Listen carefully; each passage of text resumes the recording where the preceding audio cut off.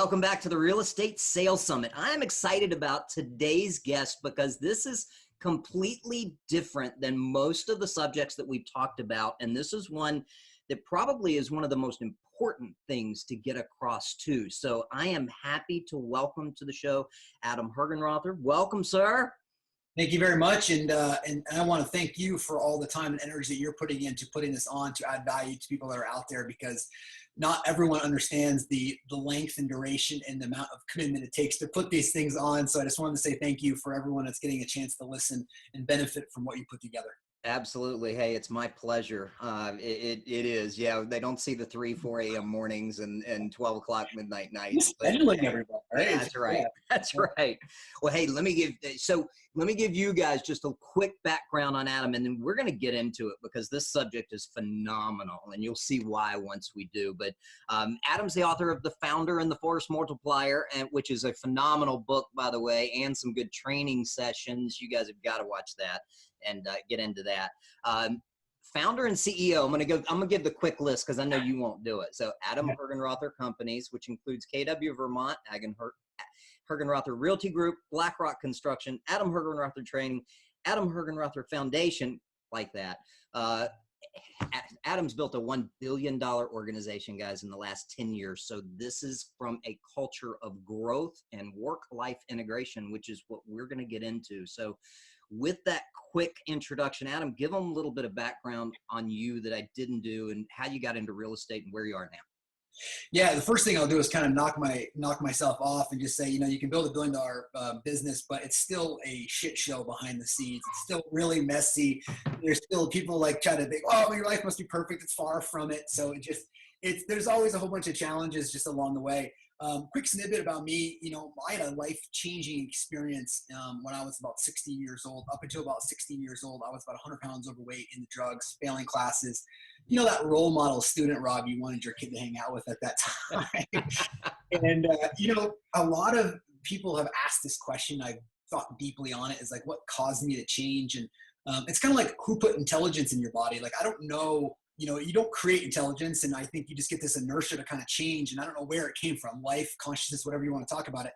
But I came home one day and there's just this desire to get out of pain and not necessarily move towards pleasure. I had this just dissatisfaction in my life. Like there was something more for me to be doing than this trivial, how I was living out my life. I was lying. I was trying to live somebody else's life. I was just constantly exaggerating and just doing anything that was just not me. And I was just yearning for this authenticity of trying to be myself. So I actually came home and I started crying, and I cried all night. My dad came in. It's just kind of a father figure of that time, came in my house, or my room in like midnight, and he said, "Hey, what's wrong?" And he worked the night shift, and I just said, "Hey, I'm not happy with my life." And he kind of looked at me and he goes, "Well, you have two options. You can accept it or you can do something about it." And he walked away, right? But it was awesome because I was like, he's right. As much as I hated him in the moment, like doing that, I think he's right. And so I lost 100 pounds in the year. I stopped hanging out with the group that I was with, got out of drugs, and just, I wasn't doing it for anybody. I was just doing it because there was this pull to something more, something greater in my life. And so I shared that because when I started, there's a lot that happened between now and when I started my first business, when I graduated college. I share that because for about 20 years, from 16 to, I'm 38 now, so call it 21 years, I've just been working on myself, inwardly, outwardly, just with this thirst of curiosity about life, and just really these social experiments in business to see where I could go. And how I got into real estate was I interned on Wall Street. I thought I was going to be on Wall Street as an investment banker. I graduated with finance degree, so I was really big in the numbers. And then I had a girlfriend at the time who stayed up in Vermont, so I stayed here with her.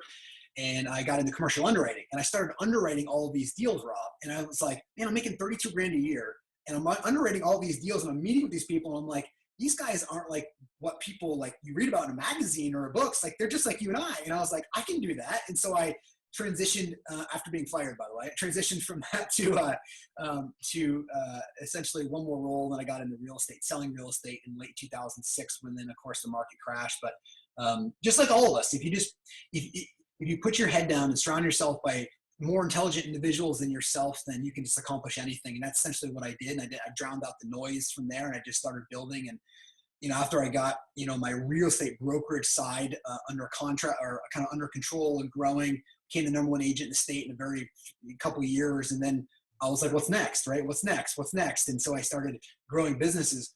But there is a really interesting component of this, and I think this is where our conversation will go today, is when I, in my mid to late 20s, so call it 27, 28 or so, I had this income goal. And Rob, maybe you have had this before, or people listening have had this, that I thought that as soon as I hit this $500,000 in net income, man, it was like heaven was going to descend on me. This present was going to be underneath the Christmas tree. And it was like all of a sudden going to inject me with this feeling that everyone talked about, right?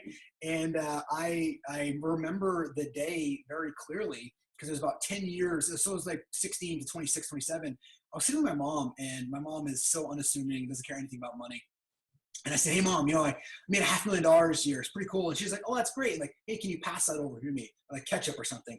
And I realized in that moment that people just don't give a shit. And then I got, depressed isn't the right word, but I got really kind of just curious about other life. And I felt this kind of just sinking feeling, because I realized that climbing this linear life progression of this ladder, that, hey, you get this, you get that, you get this, you get that, you get to keep going up and up and up, that like you're going to feel happier every time you run the ladder. And as I was going up, I realized I actually felt worse. I felt worse the entire time. And so when I hit this income goal, I was like, man, it's going to feel amazing. And I just felt so empty. I felt so disconnected with the world. I felt like I was just this island.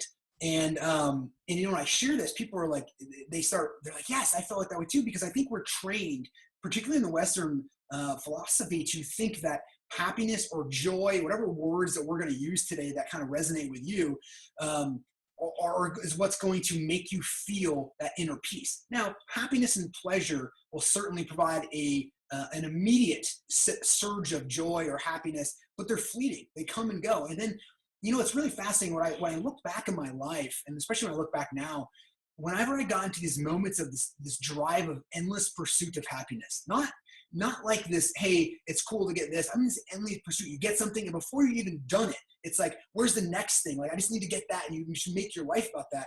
That causes more suffering than anything else does. And so I really woke up to that conversation that was happening around when I was in my late 20s. And so for the last 10 years, Rob, I've really made my life, and in the beginning I faked it because I wasn't really sure what I was doing, but I really made my life about trying to, and I still am, about asking, who am I? Why am I here? How do I serve? And I don't mean, serve is not a lackadaisical term. It doesn't mean you just sit around and hang out and like give money out. I mean, like, what is the purpose of my being here in this physical world to express and experience myself? And so when you ask those deeper questions, business becomes this conduit for your opportunity to grow through all of these experiences. For instance, I'll give you a practical example. I mean, you wouldn't sign up for a lawsuit, right? You wouldn't sign up for 5 people leaving your company. You wouldn't sign up for the .com boom to happen, all of a sudden go from one thing to the next. But business gives us this opportunity to then go, oh, okay, great. I get to experience this now, right? And so I changed my thinking around that to just, how can I live and experience the moment, whether it's serving a tough client or serving a very challenging one or a really positive one? How do I just experience all of it? I'll stop talking because I'll just keep going. No, it's awesome, and you're spot on. It's this industry has got such a misperception, and we get into it. And I got into it, by the way. I got into the same way. Finance degree. I lasted 1 year down working on it for the NASD down on Whitehall Street. Lived in Hoboken, and that was it. That no more. No. But this industry, we see all of the fancy cars, the nice clothes, the big houses, that kind of stuff, and people think, oh, it's easy. Let's go do this. Let's make all of this money. And then they figure out that that's not what it is. And that's what you went through. You figured out that you reached a certain pain point. You reached it, which was earlier than that. But you said a couple of things that were really interesting. One, you changed your group, and you changed the people that you hung out with and were influencing you. How did you do that? And what made you realize that? I'm glad you picked up on that. It's funny. There's a side story to that. 30 seconds. That when I stopped hanging out with those people, like the next day, I just literally, like, think about being a freshman, sophomore in high school. You just stop hanging out with your group of people. I was kind of just floating around. I didn't know really what to do. And They ended up stealing everything from my car and trashed my entire car within a week. Everything. It was so bad that my dad was in the parking lot with a gun in his car, and the police were there because they were threatening to like kill me and do all this stuff because they were that group of people, right? It was funny you bring that up, and I knew I made the right decision then. But what I did is I just knew that they were bringing me into. They were lost. They themselves, you have compassion for. They grew up in none of that's an excuse, but they didn't know, they couldn't understand their own thinking when I look back on that. And it's funny when I look, it's not funny, but several of them committed suicide, overdosed on drugs, just again, that path, because they could never get outside of that voice that telling what to do. So when I changed, I started getting into sports, which is why, I have this kind of love for endurance sports or sports in general, in which our foundation is all about providing for kids in sports, because sports changed my life. I got into sports really heavily then, and it allowed me to lose weight. It gave me a sense of culture. It gave me a new group to be with. And so that was very powerful for me to understand that, hey, there is a whole bunch of different ways people think. And you don't have to allow the dogma of some group to control the way you're thinking. You have this right and this yearning to just go out there and be authentic. And I think people who are vulnerable in terms of not having to carry around this identity that they think they need to be and just be authentic in you is freeing for people to be around. And so that's why I took away from that group. And then I've kind of brought that into my life. Yeah. Well, you don't have to fake it once you become real, right? And then you don't Think have to about all the remember the energy lies that you said. Exactly. Think about all the energy that goes around people, and you see this a lot in real estate, and you see this in a lot of sales professions in general. I've got to have this car. You built this abstract identity based on your thoughts, which thoughts is just an object. We don't go down that whole thing, but you built this model, an identity of yourself. And so then what you do is the strongest desire, Rob, is to hold that identity as tight as possible. And so if anything starts to get in the way of like, hey, you can't mess up my life, it's like nothing can touch this. And in the minute something shatters this, your entire world is gone. Instead of just letting it go. And look, you don't get something from life, you experience it. And death is one of our greatest teachers, because it'll show us instantly that it'll take everything you thought you had away in seconds. It makes us all equal. So it's not a morbid thought. It's a one that is extremely powerful to get us to ask the deeper questions of, how can we serve differently? The cool thing about going and asking these questions in your life isn't that you change what you do, it changes what part of you is doing it. And as you change what part of you is doing it, you no longer have this disturbance. When I sit down and chat with people who are, who have made significant amount of money, or people who are just starting out, really, if you're just honest with yourself, you're just trying to be okay. You're trying to get through your day, trying to not allow that disturbance that can pull you so much to be okay. That the reason why you're trying to do that is because you're trying to manipulate this world in illusionary by narrating it in your mind of how you think you're in control, how the world needs to be in order for you to be happy. So you've already set preconditioned experiences based on how and when you can be happy if something happens. But then, as we all know from experience, the minute that happens, you're on to the next one. Then you're on to the next one because you think, well, that'll make me happy. That'll make me happy. That's right. I call it like the being versus doing. And that whole doing part of the world is that whole egoic side that will never end. It'll never, ever end in terms of what you can get. So understand that. But if you first be and then do, everything that you do just becomes an expression of who you are. Yeah. Absolutely. Spot on. So how do you integrate all of this into your daily life? I mean, you talk about the service part of it, but then at the same time, you're building $1 billion plus business and you're running that. Where's this integration? How do you, and I know there's no such thing as balance, but how do you balance it? Yeah. I mean, we look at it as work-life integration. And it's funny, 10 years ago, when I made the switch to kind of go inward about making other people, because in the beginning it was about Adam. I was hubris. I was very selfish. I wanted money, and it was all about mercenary style, right? And that just all it did was cause me inner turmoil. And so I started making about other people. And that's funny. When I did that, my entire world started to explode in a good way, right? Like you attract better people. So we look at work-life integration as you can't separate it now, right? It's people are on, off. So we give people opportunities throughout the day to whether it's, we've got 60 employees between our organization, so we have no set hours, and we allow this kind of integration to happen. So if they need to go visit their kid at 2:00 for 3 hours, they can. So we're a results-driven organization for all of this. Instead of trying to segregate things and make it possible, treat people like adults and allow them the flexibility and freedom.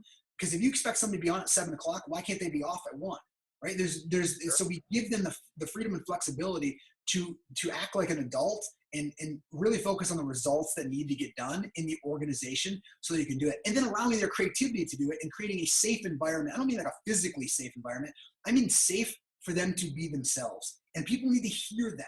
Safe to be themselves. And the minute you do that, you allow this amazing creativity and expression from people who want to serve. So instead of giving somebody a task and saying, okay, I want you to open the door with your right hand and pull it out, and then step in with your right foot and do this, you're saying, okay, here's where we need to go, figure out how to do it. It's exactly right. And we keep people really focused to the results of it. So we call ourselves a results-driven organization. We allow people to fail. I think people love to use that term because it's sexy. Like, hey, we fail forward, we fail forward. And then all of a sudden when somebody's failing, they'll kind of throw their arms up and go, well, hold on, what's happening to me? And I go, what do you mean? They're like, well, something's going on. This is crazy. It's going on. I'm like, what do you mean it's going on? And they're like, well, I'm failing. I said, well, didn't you tell me you want to fail forward? They're like, yeah, but I didn't want it to feel like this. It's like they want to fail forward as long as they can control the failure, right? That's right. That's right. But if you really want to be a fail forward organization, you got to be at peace with really allowing the organization to shape itself. Remember, the culture is not defined by you. It's defined by who the people you bring into your world. And culture isn't ping pong parties and free dogs or parties like that. Those are perks and benefits.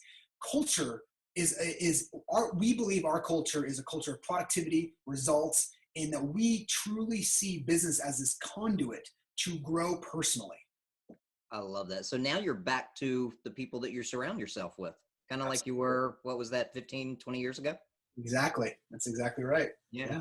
So how do you, when you're doing that, and just stay there for just a second, because I know that this is valuable, because people have all of these processes that they go through on hiring and finding people and looking at different stuff. What would be the top 1 or 2 things that you're looking at when you're talking to somebody that you're potentially going to hire and bring onto the team and bring into your culture?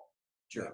I'd like to answer this in 2 ways. One is, so what we look for in people is hunger, humility, and people smarts.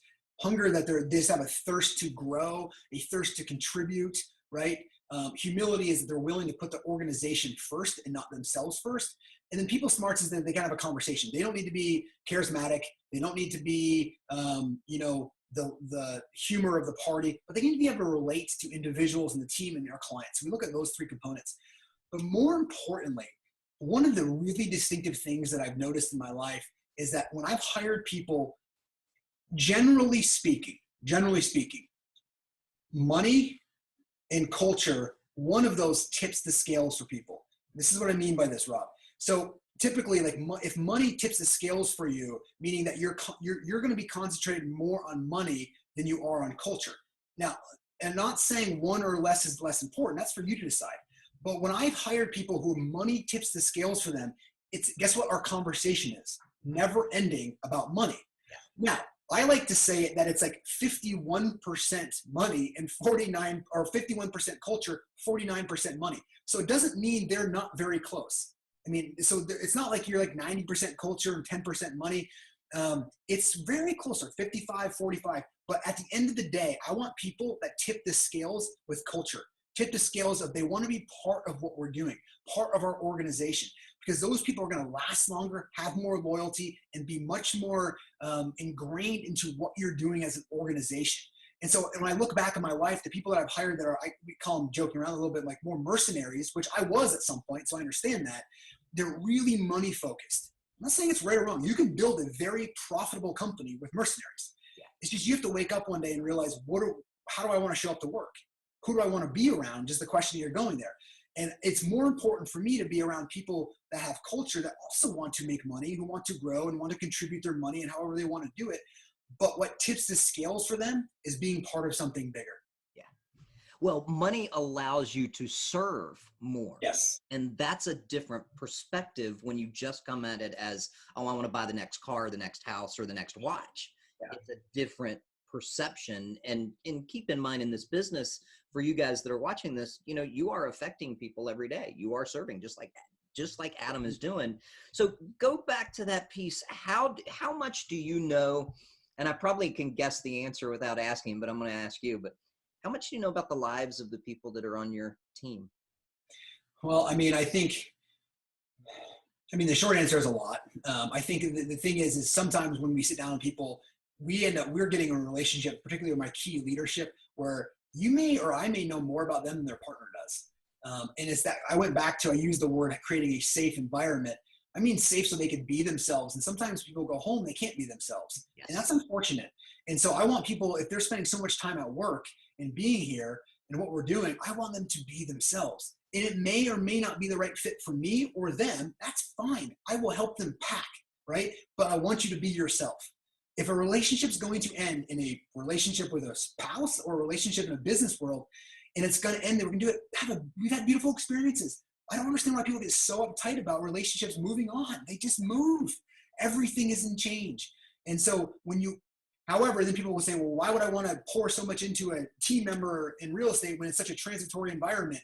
And I'm like, because for 2 years, maybe this person's on your team and you change their life, you pour into them.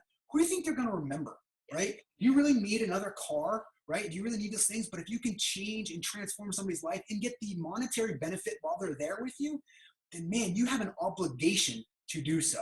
And that's just how I've approached it. So we've gotten these deep, meaningful, radical conversations with our employees to really allow them to grow. And I care more about who they become than they do about anything else. Nice. Well, you're really getting to know somebody and they can talk with no filter around you and be honest, unlike going home. And a lot of times they do have to put a filter on depending on who's in the room with them, whether it's kids, spouse, whatever it happens to be. So that's awesome. So I want to go back to the spirituality piece of this. You know what's fascinating? Let me just kind of one more thing on that. Yeah. You know, we run a very deep, it's called Project U. It's a full year-long immersion course. Yes.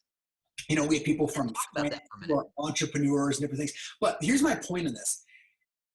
These people are very successful that are in this, monetary-wise. And we've created this safe environment.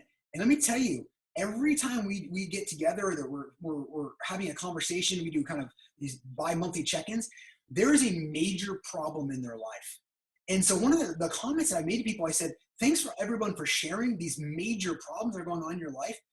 I want you to take this and realize if there is 25 people in this group, right? Think about how many people you run and there's 40% of them having problems. How many people in your life, goes back to getting to know your people, how many people in your world are also having problems that you have no idea about?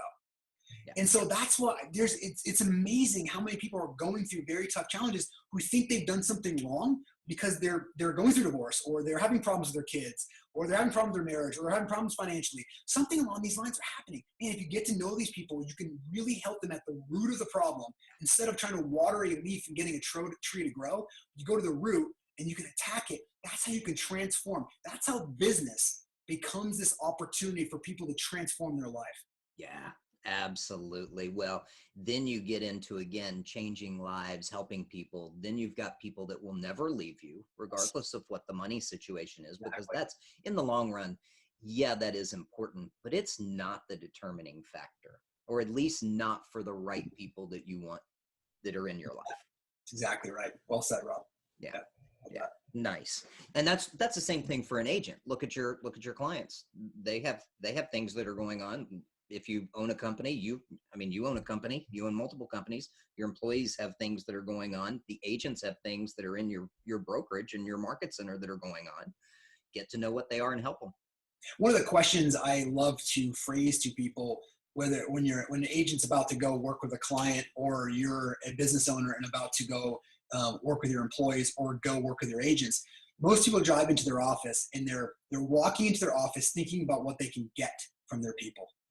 Or they're walking in with a client thinking about what they can get from their client. So spirituality, and don't get lost in the word spirituality. Spirituality doesn't mean you're on some cliff with a fire and, reciting haikus, right? It just means there's something larger than you.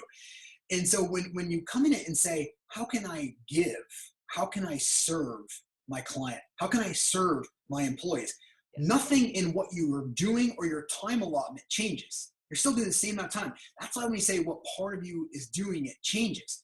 So instead of going, what can I get from my employee? What can I get from them? What kind of return am I getting on them? And there is that element. But you walk in there and say, how can I give to them? How can I get to know my people? How can I serve this client the best? Your approach and the value you provide to people and who you are changes. Yeah. And that's powerful. Yeah. So imagine, so what you're doing is you're giving without any expectation of return. Yes, that's exactly right. Yeah. You're giving, and that's why it goes, people are like, well, I don't want people to leave my team. Like, that's going to happen. So just be aware of that. But while they're there, have a beautiful experience. What's the point of not giving them? And they're just going to go fail anyways and leave quicker. I mean, I'm just you gotta let go of that part of you that wants to think somebody's going to be in your life forever, or that you even have the right to keep them in your life forever. Right? They're not you, they're free. Like, have you done that? No. Have you been in and out of relationships? Yes. I mean, it's okay. Don't get so uptight about it. Just understand that there's a much larger scale view going on than what your perception is right now. So this is going to be interesting. Who is, and how did you find out, who is Adam Hergenrother?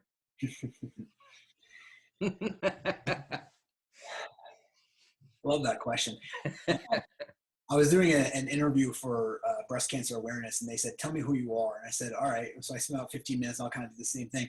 Well, Adam Hergenrother is a name. And then you could say, well, I'm a male. That's 38, right? And then you say, well, that's just a physical body. I believe that I'm a spiritual being having a minor physical experience. So therefore, I'm a spiritual being having a minor physical experience. I came from something. So death, the life, birth, and death is not an ending. It's a transformation of energy. And so just like a wave, a wave never is, when's the last time you saw a wave 6 feet above the ocean, right? Never. You don't. A wave is always part of life. It's always part of consciousness. And so the wave creates it and then crashes into the sand, and then the water comes back into it. There's never a different amount of water. It's always the same water. So we as a spiritual being manifest into this physical world. And as you manifest in this, the reason why you manifest into the physical world is to experiencing yourself, experiencing it. If you are the all-knowing, you can't experience it. So that's why you have the dichotomy of different things.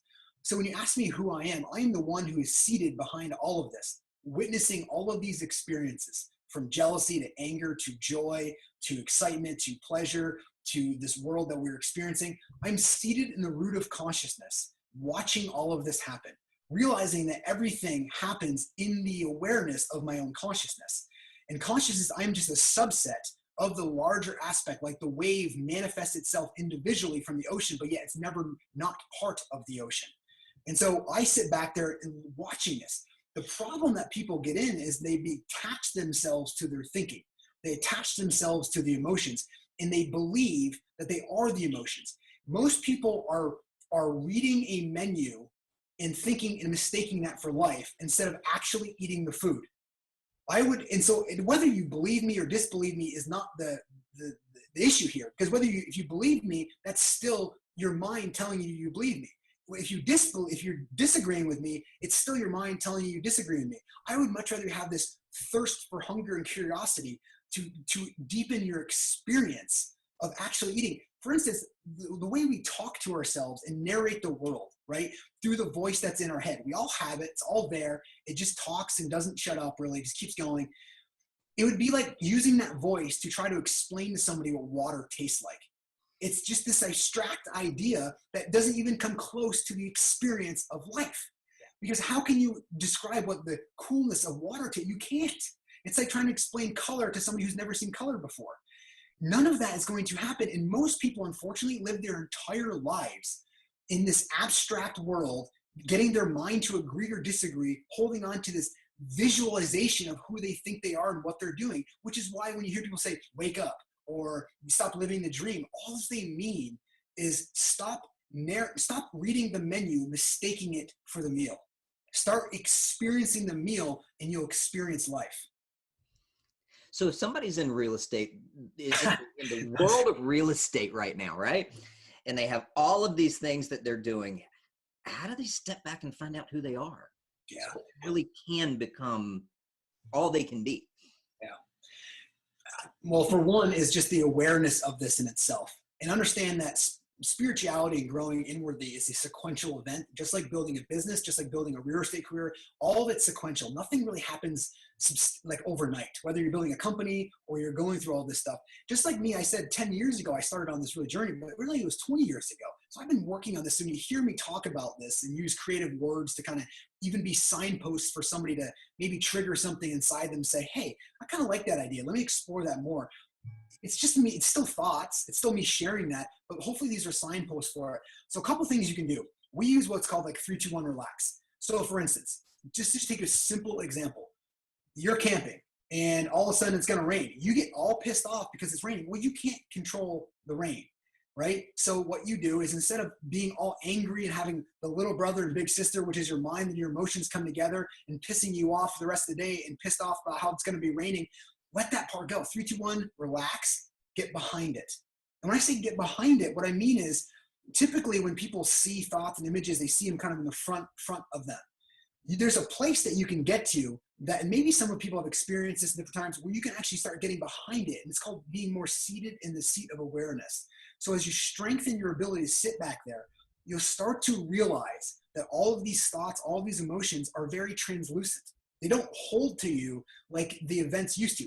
You're driving, somebody cuts you off. You get pissed off that somebody's driving 30 miles an hour. Well, it's not your right, first of all, to tell them how to drive, right? And now all you're doing is you're all pissed off. Now it affects your entire day because you're pissed off at them driving. So when that happens, at the first opportunity, pass them. I'm not saying don't take action, right? But the minute you start to feel that pull, which we all do, that pull that wants to bring us down, that wants to resist life, that the fact that it's actually happening right there in front of us, we start to try to pull it, you got to let it go. The best way I can learn to explain this is, picture you're playing, Rob, you're playing tug of war with an NFL team. And you're sitting there all your life, you're holding on to this rope. Yeah. You're playing tug of war and you're doing everything. You know, everyone comes over and hey, try this technique, try this, try pulling backwards. And all you're trying to do is get home. You're trying to get home and this tug of war is pulling you. You're never going to win. Until finally somebody walks up like the Buddha and says, hey, Rob, just let go of the rope. And you go, well, I can't let go of the rope. If I let go of the rope, it's going to pull me in. No, it can't pull you anywhere if you're not holding on to the rope. It's the same thing in this, is as you start to get disturbed, if you don't touch it, if you just let the emotions go through and don't hold on to the rope, it'll just be like, you look outside and look at a tree right now, that tree didn't piss you off, right? This is the same object in there. It just became more translucent. When we start to hold on to using that will or that consciousness, like when I say, think about your foot, you can kind of feel your consciousness go to your foot. Or I say, think about your finger. You can feel that intuitively, not intellectually, go to your finger. It's the same thing. So what happens when we use our will and consciousness on the car that's pissing us off, it's like we dense the water up to ice, and then it becomes thick and solid, and it hurts when it hits you, instead of just remaining water and much more translucent to allow the experience to come through you. So it's long-winded saying, the first place to start is awareness. Listen to this a couple times if you're interested in it. Go check out our podcast, different things if you're interested in any of this stuff. But also, just take the normal everyday things that have a zero-sum experience, meaning like people cutting you off or the weather, and just get behind it. Just start relaxing. The next time you see your phone ring and it's an agent that you know is going to have bad news, you instantly feel disturbed. Before you pick up that phone, let it go. You're spinning around on earth about to pick up a phone. It can't be that bad, I promise you. And so just start 3, 2, 1, relax, lower your shoulders. And look, in stressful situations, you may have to do 3, 2, 1, relax like 1,000 times. But each time it gets longer and longer and longer. And so you just naturally will start going through this process where what used to bother you no longer does. And that's how you know you're growing inwardly, where you can just go throughout your day, no matter what happens, you're not disturbed. There is a place you can get to inside, a feeling that nothing externally will ever be higher than what you already feel inside. The sun doesn't discriminate in whose it shines. This feeling isn't reserved for Siddha masters or yogis or the Dalai Lama. It's reserved for anybody that wants to take advantage of it. We just cloud it up and try to manipulate the external world and put conditions on our happiness, which dumbs our life up. No doubt. No doubt. So 2 things. I've got to make sure that I do 3, 2, 1, relax as I drive through Sarasota with our average age of drivers. Yes. And 2, for all of you guys, make sure you do 3, 2, 1, relax before you respond to anything on social media. Yes. Absolutely. Or a client, right? That's just really That's exactly. So what do you do for fun? Well, I think that everything I do is enjoyable. You know, I think when I wake up, I don't think of work as work. Sure, the context of in talking about it, it's work, but I've really structured my life so that no matter when I die, whether it's today or tomorrow, I'm just living every experience fully. So I wake up, 4 o'clock, around at 4 o'clock every morning. I spend an hour and a half of kind of personal development, journaling, meditation. I exercise for about 2 hours every morning. I usually get to my office and I work in bursts. And then I work in another burst in the afternoon, and then I'm home and I'm with my family. And so just each moment, and I structured I've talked about this live, a structured 4-day work week. Fridays, I'm not accountable to anybody. It doesn't mean I don't work. I just don't want to have to be accountable to anybody. So I may take it and bring every Friday, when my kids were younger, I would just bring them to lunch before they went to school every Friday for lunch, or I would go skiing, or I just may go read a book, or I may just, that's what part of your job is, to grow inwardly. And so I just use that Friday, that opportunity to kind of catch all for it. I love being out in wilderness. I love the simplicity of it. I think one of the cool things about being in nature and what attracts people to nature is that you're no longer in control. You're no longer in your terms. It's now comfort. They didn't put trees in your way, right? You can't manipulate the world. If it's going to rain, it's going to rain. You can't control that. So it's just something about freeing, about being out in nature, whether that's a mountain or in a field or wherever that is, and just being and just not doing. And the voice may still be going on, but the reason why people are so naturally called to stuff like that is because of the simplistic nature of them not trying to be in control. And there's that deep part of their consciousness that tracks them to that and says, look, man, you stop trying to manipulate the external world for your own happiness. Just enjoy the experience that's unfolding in front of you. No doubt that experiences feel differently. When you lose money in a company, it feels different than when you're making money. A rattlesnake feels different than a butterfly. I don't disagree. They are different experiences. Some feel better than others. I understand that. But how would you know what a good month feels like unless you have the contrast of the bad month? Even that being said, there's still a place you can get to beyond that you have this steady flow. No matter what experience you're having, you're still just loving the experience. Yeah, no doubt. Adam, this has been phenomenal. I can't believe we're already at our time, and I want to respect your time as well. So what would any last parting words for those that are watching this? Anything you want to leave them with? Besides everything else that we've talked about. Exactly. I think, if anything, I used to say, and I still believe this, kind of put your foot on the gas and put a couple nails through it and you'll clean up things along the way. And I think that's a great way to kind of approach business to a certain extent. But I would say there's a deeper way of this, and just be curious. All I want you to do is just separate a little bit, add some curiosity to your life of, hey, why do I feel this disturbance? Why do I get home? Do I feel this way? Why at work am I feeling this way? And just start that process. We don't have enough time to really get deep into all of this. But man, if you just start asking yourself, hey, I wonder, am I just trying to be okay? Like, where does that come from? It'll start you on this path towards finding this opportunity that's inside you that allows this wonderful creativity to come. The second thing I would just encourage people to go do is do some sort of form of meditation. I share this with people that meditation isn't about like, hey, I meditated to have like a sign. It's partly meditating is just part of the meditation sometimes is the meditation, being able to just stop the world around you and taking 20 minutes in your afternoon of saying, the world doesn't control me. I'm going to stop. I'm just going to be for 5 minutes, 10 minutes, 20 minutes. That in itself, you're all of a sudden now realizing that you don't have to do everything. You can have moments of being. And when you add that element to your life, it brings a whole nother nature.